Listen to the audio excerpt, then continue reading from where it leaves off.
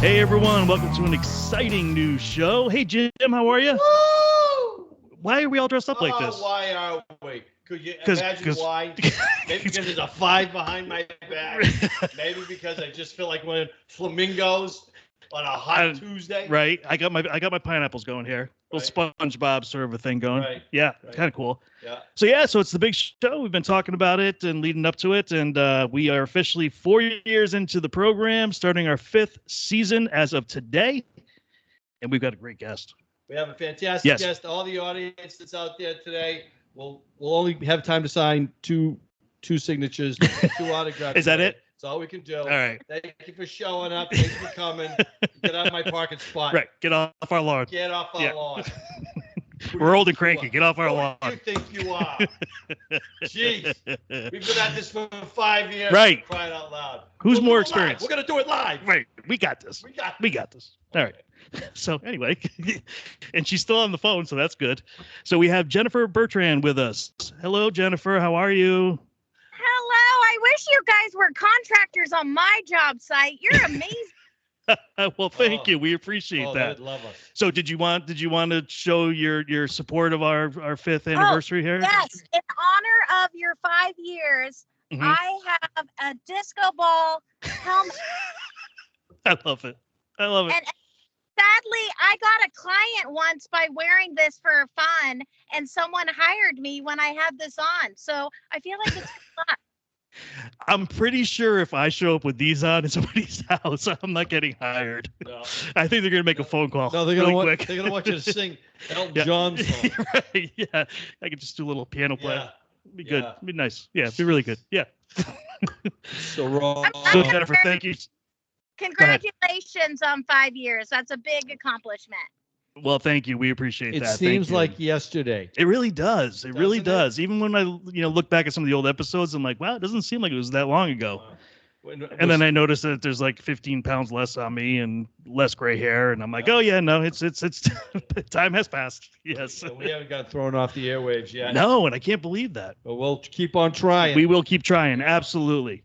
So Jennifer, thank you so much for joining us on Thanks, this Jen. big show for us. We're so excited to have you. Tell us a little about yourself. So those are the people that don't know who you are. They don't know who we're talking to Right. here. So how I really started with is I look like the love child of Paula Deen and Jack Black. I know, right? That takes a moment to absorb that. And then you're like, okay, I got it. I like you. I've been a designer for 18 years. My Wow. background is I won a reality show on HGTV called Design Mhm. Star. 8,000 people tried out. 38 made it to casting. 9 made it to the show. 5 million people voted, and I was lucky enough to win. Then Amazing. the 30-second is everyone goes, "What happened to you?" I ended up having a child who had 20 surgeries and crazy stuff. So I Oh my had gosh. interjected. He's now a brat and 13 and doing great. But Oh, in that's that so moment, great. we lost our house, our car. I hustled back. And now I am fortunate to be the designer on Military Makeover with Montel Williams. And we do house makeovers for injured veterans. And I'm just so lucky to get to do. And I'm a real life designer as well on new construction and remodels. Awesome. Well, we'll definitely get to the TV show, but we definitely want to talk a little bit to you Wow. about, your experience and, some of the things that you've seen along the ways. I did hear one interview you did that was talking about your son when he was born with all the surgeries and losing the house and the cars. And it was like, you just won a reality TV show. You would think sky's the limit right after that. And then yet you get hit with this, I don't even know what you want to call it. I mean, just devastation, that you had to go through, but you persevered. So, Yeah. which is just amazing. Thank you. It was a life left hook. And you always think like at your highest high and then you hit your lowest low. And I always thought it comes in threes. So I started buying lottery tickets because I was like, maybe my third's a good thing. So honestly, when you think about it, I was at a high of life and then it's like a life left hook. But I'll tell you, I was meant to go through that with our son because honestly, like there's no way you can't be a better designer or even a better human when you've faced real life challenges. So when I help clients that are going through stress of building a house, which we all know is super stressful, or a remodel, It helps me keep things in perspective because I've experienced like what true life hardship is. I mean, no joke. We saw our child code and my husband had to resuscitate him. When you've gone through crazy stuff like that, it's very easy to go, girl, it's just a paint color. So like, it just, yeah, you have a whole different perspective on life than many people do. Yeah. Oh, that's amazing. and Well, it's I'm not a glad sad glad thing. everything's good. Yeah. Yeah, Yeah. no, it sounds like he's doing well now, you said. So that's great. You know, you guys all made it through and, you know, probably a closer knit family because of it. So Yeah, you can't not be. And honestly, like it helped me with all of design is like, let's face it, like couples therapy in a sense. So yeah. it really like my husband and I survived our adventure. And so just kind of helping people as they mentally go through it. I do a lot of design as psychology. So like figuring out how people's brain works. And if I design their house to like function and flow for them, it'll make them physically feel better. Like it's just mental wellness. So Yep. a lot of it's just psychology and learning how people function within their homes. Okay. So now what do you primarily do? Are you like you do more bathrooms or kitchens or just, you know, I saw you do bedrooms and things like that. What is kind of your thing? You know what's cool is like, you know how when you've been doing it so long, kind of like you in 5 years in a podcast, like I've been doing this for 18 years. So I got it. Like I started small, like I used to be just $35 an hour in 1 hour. Well, now I get to do a lot of like, I do high-end homes, but I still only do 1 hour if people can only afford 1 hour. Because I think everyone deserves great design. But I have to tell you, like a cool project I'm working on right now is I'm doing a condo in New Zealand and Auckland. I'm doing a new house. I know, right? A new house construction in Roatan, which is near Belize. I did 2 houses in Costa Rica. I did New Jersey, Florida. So I've gotten to do a lot of like remote design, and then I still do a lot of houses in Kansas City. That's amazing. I know, right? And you know, when you talk about the medical stuff, it's like Wizard of Oz. Things come full circle. I'm doing 2 hospital projects in Chicago with the Ronald McDonald House, and nice.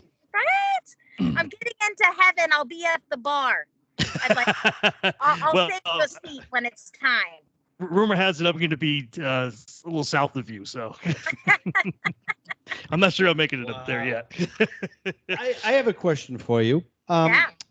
We were just talking about. We went back and you said, you know, it's only a paint color, and I know when you're designing, and I assume when you're designing, you're really trying to feel those people out. And do you find at times, the longer you spend time with them, you find their true emotion and what's going on, and you know how to spearhead that and turn it around and make it all nicey nice, or try to convey to them this is a better design? What goes on with that, with the relationship? Good question. So obviously, like since I had a disco helmet in my trunk, it takes a special client to hire me. So like I'm only word of mouth because they know I am going to give you truth nuggets. No one hires me to be their best friend. I'm going to figure out what makes you happy, but sometimes you don't even know what makes you happy. So when I do like the TV show and we do like makeovers for people I've literally just met, I do questionnaires. So I ask questions like, if you went on vacation, are you mountains or beach? What kind of music do you listen to? If someone gave you money to go shopping, where would you buy clothes? Because a lot of times it's understanding what makes them happy. And a lot of times I include my client in the process, which we all know can be a good thing or a bad thing. But what I tell them is there are a lot of right answers, and there's probably 80 ways to design a room. So let's find the right one for them. And then I give truth nuggets. I'm just like, this is what I say. If they pick something and I don't like it, I'm like, well, that's an option. So they just learn that's your nice that way I'm of putting it. Yes. Well, good for you. That's good. I'm going to use that. Yeah, I'm going to use it too. Yeah, write that down. That's an option. You know, if you want to go that way. Yeah. Sure. Yeah. That's an option. So tell me a little bit about the remote design work. I know that's getting a little bit more popular now too, isn't it? They have like, platforms for people to do this sort of thing. But how is it with the logistics, buying things and knowing what's available over there, or are you buying the stuff here and shipping it over? Right? It's a learning curve. So when I did Costa Rica, we shipped stuff to a receiver in Miami, and then it went by container. And a lot of times in design, if you have a receiver, their job is to open it up, take pictures, document if it's broken or not. So that kind of helps take the load off. The one in New Zealand, we did a container as well, but they only did a partial container. So my client, like he was very on it. So he made sure every cubic yard was just filled with stuff, layered in. So purchase stuff here. I helped them shop it out. They packed it up. They got it there. And then I'll fly to New Zealand in February to go kind of stage it and set it up, which is not a hard job. Yeah, that's cool. Nice. And then dreading that, huh? Dreading that. it will be painful, horrible. Terrible. And then Roatan, I think we're going to do a shopping trip. And then what I've learned is some of it comes from Honduras. They do some shipping in from Guatemala. So, and the funny part is when you do countries like that, Costa Rica, you learn design around like spiders that are hiding. Like you learn about the environment, and it's a totally different mindset towards like how things are going to hide or nest in it and stuff like that, or hurricanes and strong winds and crazy stuff. Interesting. Did you go to Costa Rica? Did you go? That one I haven't been to yet, but I think he's going to sell it and we're going to do another one. Oh, cool. Okay. That's always nice. Costa Rica is nice. Yeah. Have you been? Yeah, it is really nice. Yeah. Yeah. Don't go parasailing though. Just hang out and do your thing. Don't even go near that crap. I've been paragliding. Paragliding's awesome. Awesome. Yeah, but do that here. Don't do it there. It's just somehow they cut the rope and then you end up somewhere. You end up in New Zealand. You don't know. Yeah. All right. So bring us back to how you got on the TV show. I know you said went through all these people that applied, and you came up with this DVD, whatever you had to come up with, and you knew it was gonna win. Did you, first of all, did it start off like a shot in the dark? What the hell? Just what the hell? I'm gonna do it anyway. Let's face it. Anyone who does television has a sense of delusion that they think they have something to offer. I honestly thought I had a shot. I was like, I'm gonna be the nice girl from the Midwest. And my goal is to not make anyone cry. And I'm just going to represent the Midwest. And my dad was military. So I grew up all over the world, lived in Germany. Oh, wow. I taught on a Navy base in Italy. So I felt like I was a global gypsy who knew design. And my mom's a sculptor. She has a sculpture in the Reagan Presidential Library. So Jeez. I know, right? I have good DNA. Yeah, you do. But so I come from, I have art background. So when I sent in my application, and this is advice for anyone listening, whether you apply for a job or anything, you think about how are you going to stand out amongst a sea of people? So I hand did my application. I ombre'd the colors. I drew on it. I wrote Coco Chanel quotes. I handmade the boxes it went in. And I knew that if producers saw it, they'd either go, this lady's really crazy, or she might be really great. And both for television. Yeah, those are both great for television. Yeah, absolutely. And how was the experience going through it? Was it very stressful, or did you kind of just get into your own groove? I love it. But if you watch television, so that first show I did was 13 years ago. And that was pre-social media in a sense. That was right when no joke, when I won, people wrote me on MySpace. That was the end of MySpace era. So I always laugh. I know, right? That really dates other people listening. They're like, what is MySpace? But and they had dial-up too. you know, it's funny. I'll remind me to tell you my Pixie story after that, because meeting the Pixies through that. But when I won, honestly, and trying out for it, it was a blast. It was like summer camp, and it was everything I loved. But for every 1 hour you would see, 50 hours weren't used. So you'd wake up at 5 a.m., You'd film all day, and then they'd be like, Jennifer, your interview's at 2:30 in the morning. So I would sleep, and I would like wake up with crazy hair, and I wouldn't brush it, and people would be like, Jennifer needs VO5 hot oil treatment, or Jennifer has a big mole on her eyeball. Like, people would write the meanest, funniest things. Oh, wow.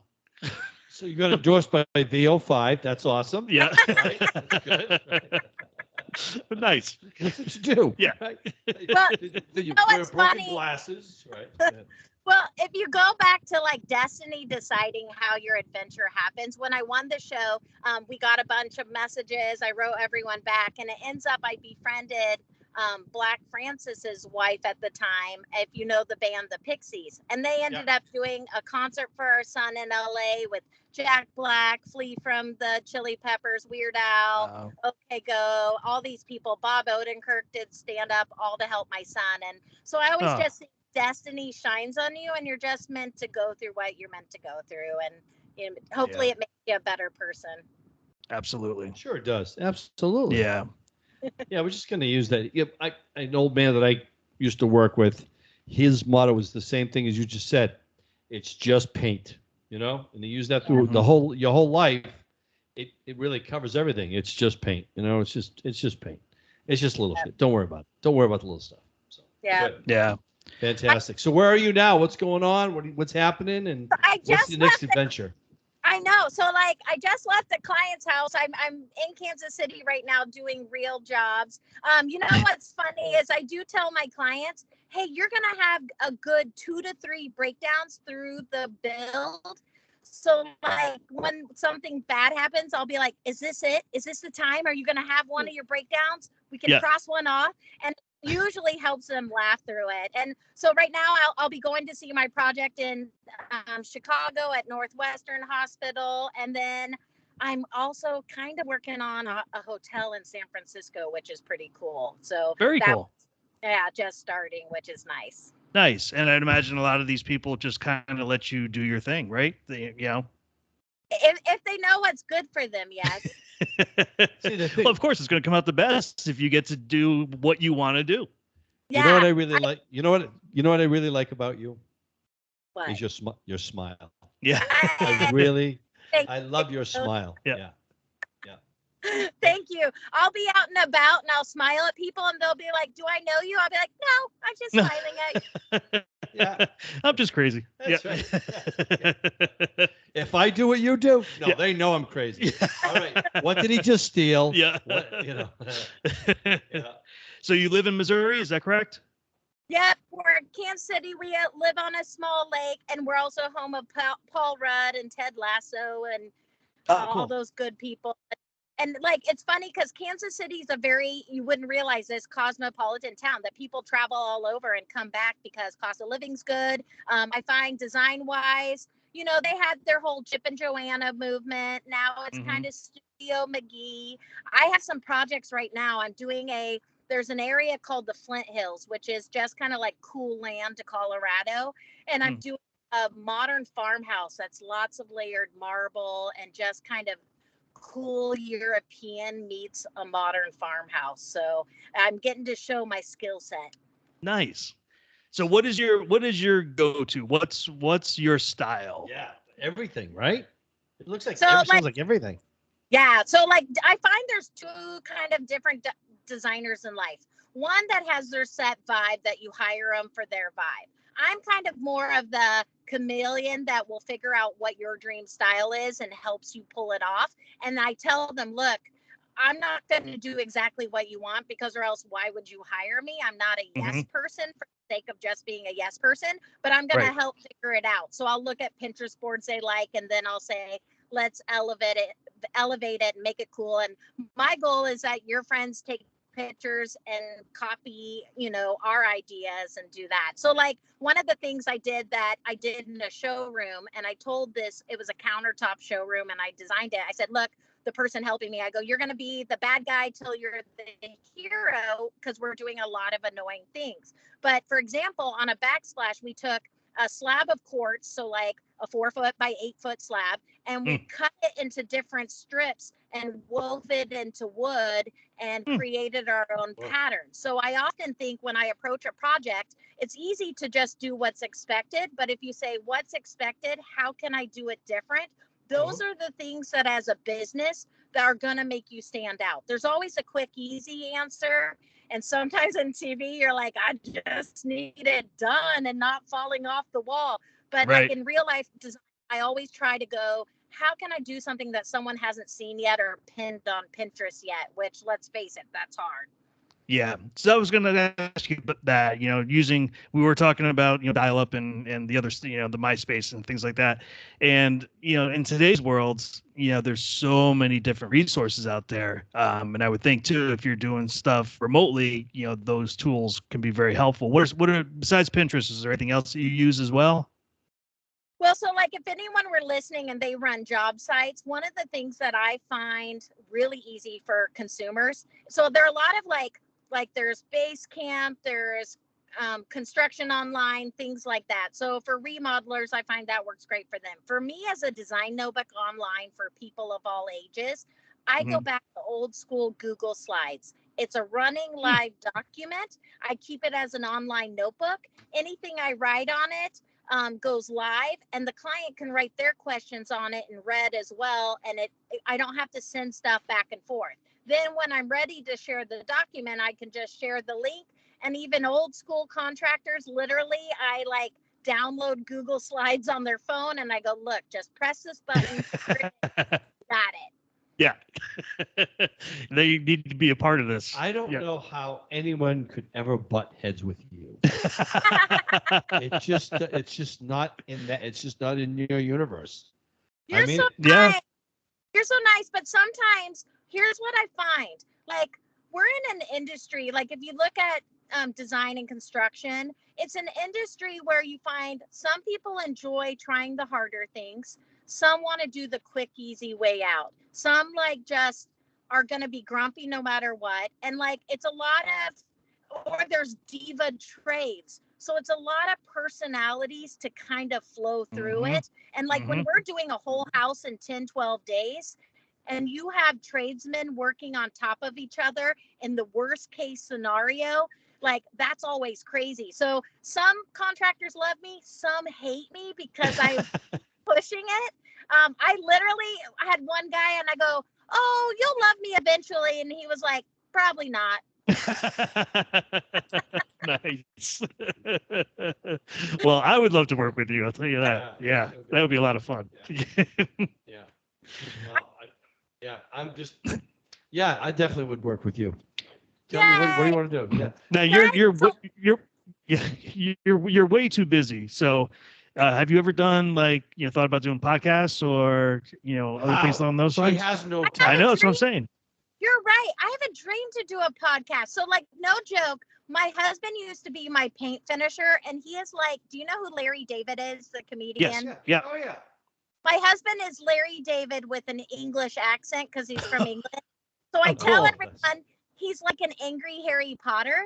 So he was my cabinet refinisher, and I used to fire him all the time from projects.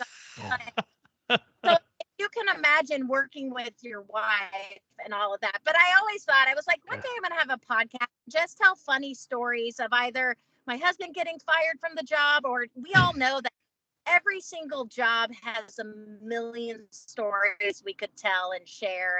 And half the time I'm not scared to laugh at myself, and I'd want someone to learn something that I learned the hard way to help them through it. So that's what we all should do, is high five each other and pull each other up as we're, pushing through. Well, when you start your podcast, let me know. Yeah. You got a fan right here. I'll listen. Yeah. It'll be you two and my mom listening. Yeah. Well, that's all that listens to our show too. I know you don't sleep well, and it's just because you're so creative.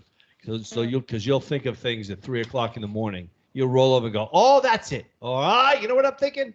And then you'll come back in with a whole new concept or something like that. You seem to be the problem solver too, which is good. Problem solver with a smile. Thank you. What city are you guys in? So we're the studio's in Niantic, Connecticut. So we're right on the shoreline. And I have a Massachusetts accent. Mhm. So that comes out. I'm originally from Boston, outside of Boston. Yeah, you get it, don't you? Yeah. You know it. Well, You know if it. if we ever do a show near you guys, I'm gonna come make you volunteer and help, and we'd have a blast. Oh my God, Absolutely. please, We're yeah, there. We're sure. there. Oh yeah. Absolutely. Sure. We'd have a ball. We would have a good time. You actually would have a lot of fun because I'm a jokester anyway. I mean, I when I work, I have a good time.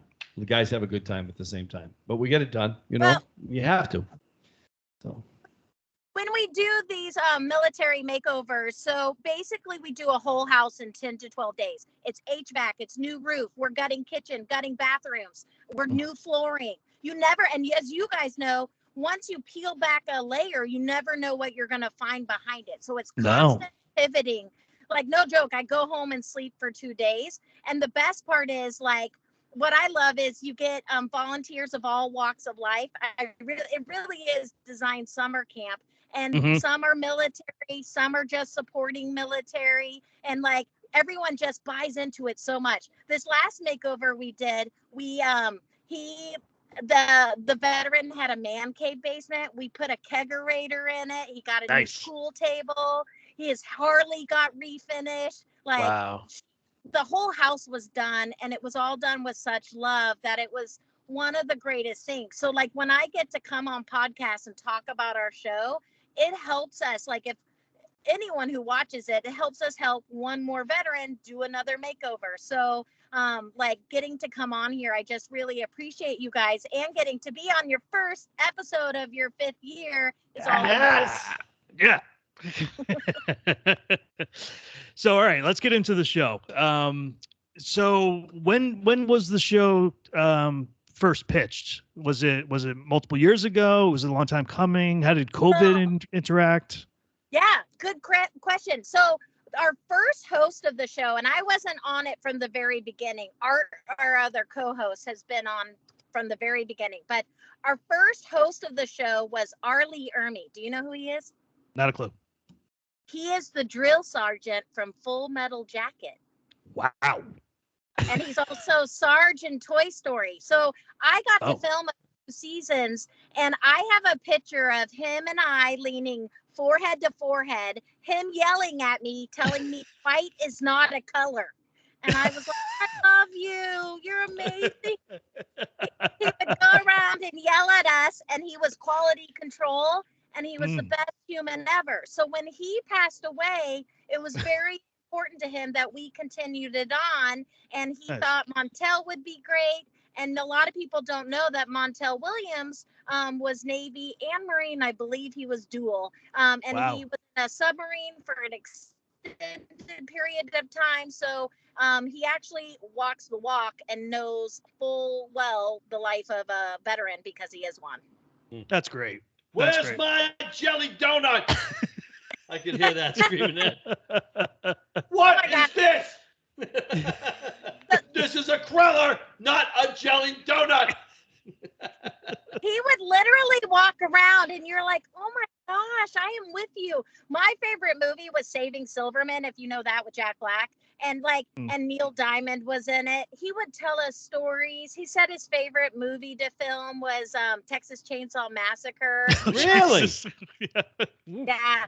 The second one with Matthew McConaughey. But like, he let me interview him once. One time I was building a deck on my house, and the permit guy was giving me trouble. So he made a video and said, George, goddammit, give her deck. That's awesome. That's awesome. Yeah. That's great. So it sounds like you guys did get along. Yeah. He was awesome. Yeah. And the best part is now with Montel, like, since Montel's hopped on, he's brought a whole different way of telling the story the way he can, because we all know he had his talk show forever. So he really gets into the soul of the veterans. And what I look at is, if one veteran hears another veteran's story and vulnerability, and we all know mental wellness is a big issue for a lot of people now, even just after COVID. So hearing strong veterans talk about what they faced and how they coped and survived, it's just really helping people one person at a time. It's awesome. Wow. So how many houses have you guys done so far? Oh my gosh, Art is so much better at answering this. Yeah. Maybe there's like 30 or something, 33. Wow, See, really? you know what's funny is like I get so like I live the project that by the time we get to the end, I literally am putting on an Elton John outfit. Sometimes I've not slept at all. Like one time I slept 30 minutes on a dog bed and Mhm. literally just went to the makeover and changed quickly. So like I can't even tell you how many I've done, and it just I've been doing it probably 4 years now, maybe. It's enough Wow. that it matters, and we just want to keep doing it. Here's a question for you. I was just thinking of this. You're designing something, even whether it's on the show or off the show, you're doing someone's house, you have the design, you have the concept. All of a sudden, you take a left turn and go, nope, I see something else instead. Yep. Have you done that? Always. You know what I tell them? Sometimes they That's go, why they "Jennifer, hate you. Yeah. sometimes they go, but Jennifer, you said this. And I go, you know what I say is I go, great design evolves. You got Oh my to God. be ready to pivot. Right. That's awesome. That Yeah. was an option. Let's go with this. Yeah, exactly. Wow. And they'll be like, but you said this. And I'll like, but I said a lot of things. But that's so true. That's where I can see it happening because, a lot of construction workers, they just like, they're very linear. Boom, boom, boom. Like I've got buddies like, what do you want me to put the screw? What do you want me to nail? This, that, the other thing. And they want to just keep on moving. Mhm. And then all of a sudden, you, Miss Smiley Face, comes along and says, hey, you know what? What do you say we just, oh my God, here she goes again. I get So, it. I you totally know get how it. I counter that. So I find with contractors, if you don't waste their time, they'll like you. So like if I Right. come with a list, if I do a walkthrough, I have a pre-written list of what I expect. So when you go to do that bid later, you have a checklist of everything I ask of you. I Yep. also tell my contractors, like, if I'm going to do a chandelier and I know it's going to be a really annoying chandelier to hang, I'll tell my electrician, hey, pad the cost. It's a really annoying chandelier. Or if I have a cabinet maker and I know the client's super picky about finishes, I'll say pad that cost because you're going to have to do multiple samples of it. So I try to watch out for them as much as I can, to love on them. And then I try, if we do pivot, I make sure that if it either is going to add a charge, so I know a change order, and I try to have a solid answer and not just be squirrely left, like, changing it quickly. So, and then as I work with my contractors, a lot of times I'll explain the why I'm changing it. And if they buy into it and understand the why, they'll go along with it, or they'll say, I don't care. If it makes you happy and you're paying me, I'm good. Well, as a contractor, I appreciate that because I've gone through walkthroughs with designers before, and I'm like, so what's the color? I don't know. We doing the trim? I don't know. Like, okay, it'd be nice if you had this all wrapped up before we, start going through and trying to price things out. So, yeah, I can appreciate where you're coming from for sure. Yeah, you'll never get an accurate price if you don't have an accurate concept to really bid it. And I think that sets everyone up to fail on a job site if I don't do my job at the front end and prepare it for you. And if I don't, my job's to talk it through with the client, to go through those answers, to prepare them for why. And then with my contractors, I'll sometimes go, hey, give me an option A and option B, like a paint grade versus stain grade. So at least I can price it out and have a comparison, but it's still pretty tight. Nice. Wow. That's great. And the customers appreciate that too. I mean, obviously, they don't want to see change order after change order after change order unless they're changing their mind. But if it's like, oh, well, we didn't think about that, and it's going to cost this much more. It's like, yeah, it's a difficult conversation. So yeah, and you're a true professional. So yeah, and I'll share something. Like I always think, like, I never want someone listening to think, oh, lucky them, they have it perfect. I'm a lone wolf. Sometimes I have an assistant, sometimes I don't, because sometimes it's more annoying, and we all know help is hard. Right now I'm a lone wolf, a one-person show, and I subcontract out where needed. And when I do my big hospital jobs, I work with architectural firms and those people. So I think it's partly knowing what are your limitations. And then, like, one time this is a funny story. I got fired by a client, and I think it's very good to be authentic with people. But I got fired, which is cool. Like, I get it if I'm not your cup of tea, because I was too slow. I am a one-man show. I didn't prepare them for, I'm going to do it slow and steady and right. And I'm not a big, super fast team. But the funny part was, he fired me on New Year's Eve. I was like, who does that? I was like, Wow. Whoops. And I was like, every year I'm like, 2022, it's going to be better. Woohoo. And then I was like, New Year's Eve, I was like, guess this one's going to suck. Yeah. Well, it doesn't sound like it was, something that continued through the course of the year. So that's good. Yeah. Just got him out of the way. So you're probably better off anyways, Yeah. And don't you think that sometimes when it feels hard at that time or something like that happens, yes, it's good to self-analyze. How could I do it differently? How could I learn from it? But then also sometimes not dwelling on it, letting it go and just say it is what it is and move on. Yeah. And I think that comes with experience too. There's, you can probably see, red flags from a mile away when you first start talking to somebody. I walked into a house not too long ago, and the lady decides to share with me that she has taken 3 other contractors to court and won every time. And I'm like, okay, that's a red flag. I'm like, I think I got to go. Yeah, right. I was like, oh my gosh. It's worse than a haunted house. I mean, she was like bragging about it. She was like very proud of it. I was like, oh, time to go. Yeah. We're not doing Oh, any look work there. look at the time. Yeah. What's that? Did you bid the job? No, I passed. Yeah. Yeah. I mean, like I said, you do it long enough. I mean, obviously that's a red flag for actually, you know what? I was talking to somebody else about it, and they're like, well, maybe, somebody's going to come in there and say, you've had bad luck already. I'm going to be the guy that's going to fix it for you. No, you're not.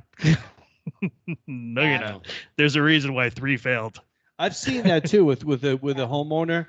All of a sudden things are going really smooth, and then all of a sudden this trade has to come back, and this trade has to come back, and this trade has to come back, and I'm like, oh, I'm just a question of time, aren't I? Here it comes. I'm just around the corner. Yep. It's going to be something. Yep. And it was. I came back. Something. This poor woman couldn't get a Moen's faucet.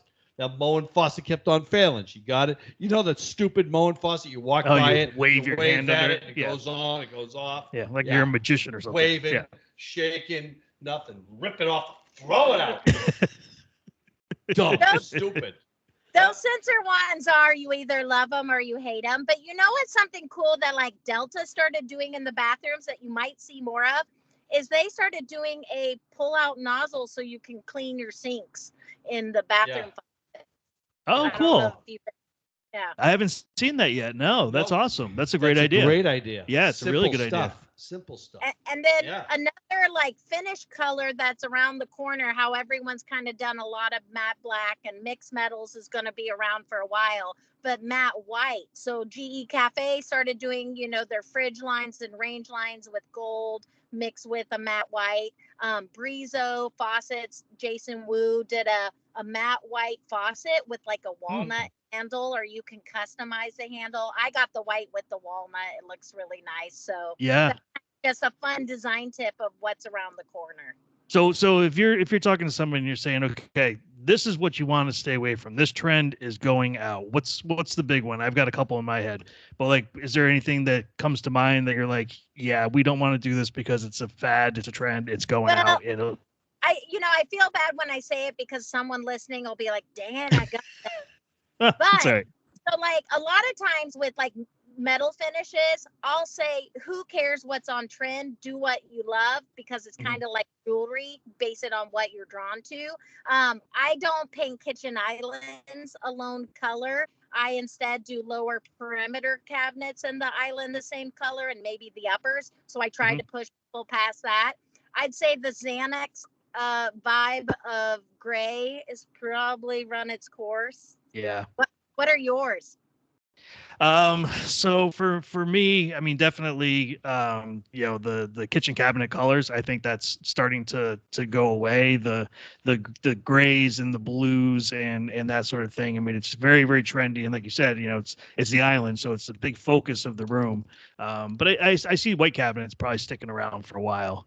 But some of the other ones too that people think are going out, but now I see they're coming back in as like brass fixtures and, especially in kitchens, faucets, and it looks beautiful. It looks great. It's not your typical brass, 1980s Golden Girls type of look. So I was watching, first time in a long time, I took a day off after work. I went home and was relaxing, and I'm watching a movie, and the woman is being they're foreclosing on the house. So she's in the house and she's in the kitchen, and I'm looking at her kitchen cabinets, and she was all wood. It was just wood. It was oak and stuff like that. And I was thinking of saying, I don't know why my brain went there, but I'm like, there's so many people that spend 60, 80, $100,000 on kitchen cabinets and just kitchens, and I'm like, oh my God, and they order takeout like 60% of the time and hardly even use their kitchens. But I'm just amazed. I don't know what triggered that last night, but the kitchen cabinets on people, like, it is such a status now. You know what I mean? Like in Europe, everyone changed the boiler every 10 years. It's like a new car. Everyone gets a new boiler now. But in the United States, kitchen cabinets. How often do people change their kitchen cabinets? Well, now with the paints, as you well know, and your husband, I don't know if he still does the cabinet refinishing, but I mean that, the paints that are out there now, you can just paint your kitchen cabinets and change the color, and it actually holds up without having to completely sand them down to bare wood and start all over again. That's right. That's right. Well, I used to say that honey oak with the aged kind of lacquer finish on it kept me in business forever, because let's face it yellowed over time. It just kind of took honey oak and made it a tone that no one wanted to play with as much. That's kind of how I got into design, was teaching people how to gel stain over glaze on top of it and how to give things new life. I just think with cabinets, it's funny because sometimes when I get to play in high-end worlds, I get to play with riffs on, quarters on. I get to clad things in leather. I love to play with like cold rolled steel, and I love to clad things in steel. So like, it's really fun to kind of play on top of it. But then I think 90% of America lives on real life budgets. So I often think, what are people drawn to? And the reason why, when you mentioned the white cabinets, is because the white just feels good to the brain. It almost gives you a false sense of you having a handle on life, if you think about it. It's like, interesting.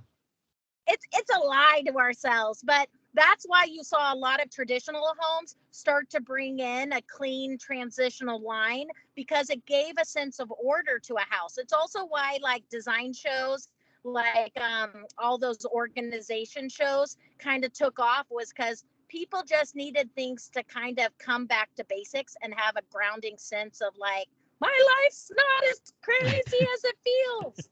Yeah, even though white's not a color. Yeah, we disagree with that. Yeah. Oh man. So, all right, we got to ask this question. We ask everybody this question. What's your horror story? What's the one thing that you just keep remembering that happened? It could be a crazy customer. No names, obviously, but. Well, obviously, I didn't enjoy getting fired on New Year's Eve. Like, that's good point. Count on one hand how many people I think I've been annoyed in life that I know of to my face. That one was awful. There's, I'm not a big fan of like people, in a sense, like I don't mind if you waste my time. However, my thing of a nightmare client is when they bring you to the job site and they want you to design, but then they don't really want you to design. Like, no joke, I would pitch this client something, and in the end, she'd be like, well, I just like this. I'm like, well, just do it, lady. Right.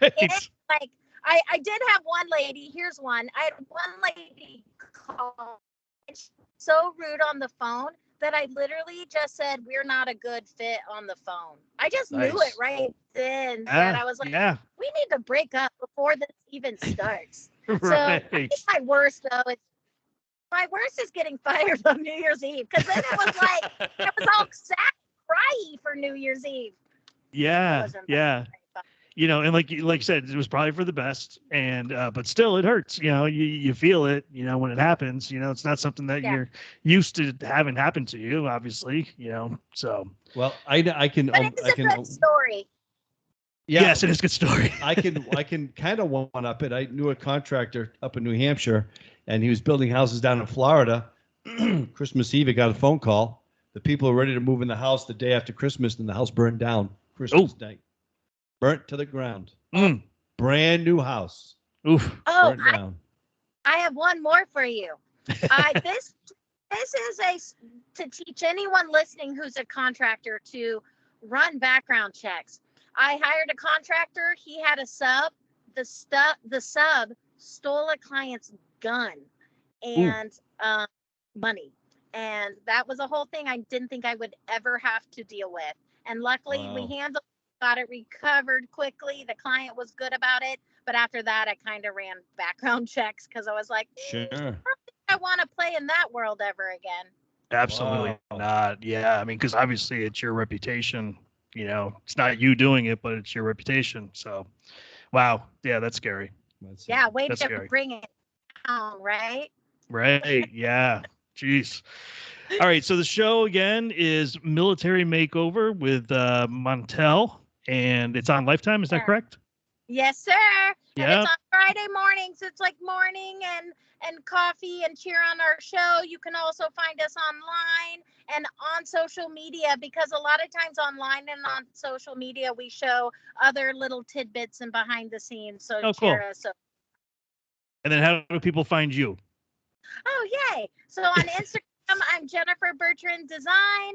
On Facebook, I'm Jennifer Bertrand. I try to follow everyone back. I have to sometimes dump people because it only lets you follow so many people. And on TikTok's hilarious because it's like the Wild West, and I'm horrible at it. But if you want to see me like fledgling like an old person trying social media and having fun, it's Jennifer Bertrand on TikTok. I'm definitely following that one. Yeah. For sure. We have a TikTok channel as well, as you can imagine. So, yeah. Not as funny as yours. No, definitely not. Well, it was absolutely a pleasure to have you on the show. Great show. I'll finish off here with my glasses on so we can. I never took my flamingos. You never did, and I admire you for that. I took one for the team. Yep, I do. Absolutely. Yep. Dip your head down one more time for us, Jennifer. There we go. The disco ball hat that she's wearing for us. For the special occasion, we greatly appreciate that. Oh boy, it's a little ABBA to go out to play the show out. We're gonna do a little ABBA. Sure. Jennifer, thank you so much for joining us. It was an absolute pleasure talking to you. I can sit here and talk to you all day long. So anytime you got a new show coming up or anything else, just reach out to us. We'd love to have you back on. Thank you. Huge hugs. Congratulations on 5 years. Oh, thank you very much. We good luck appreciate with it. your show. Yes.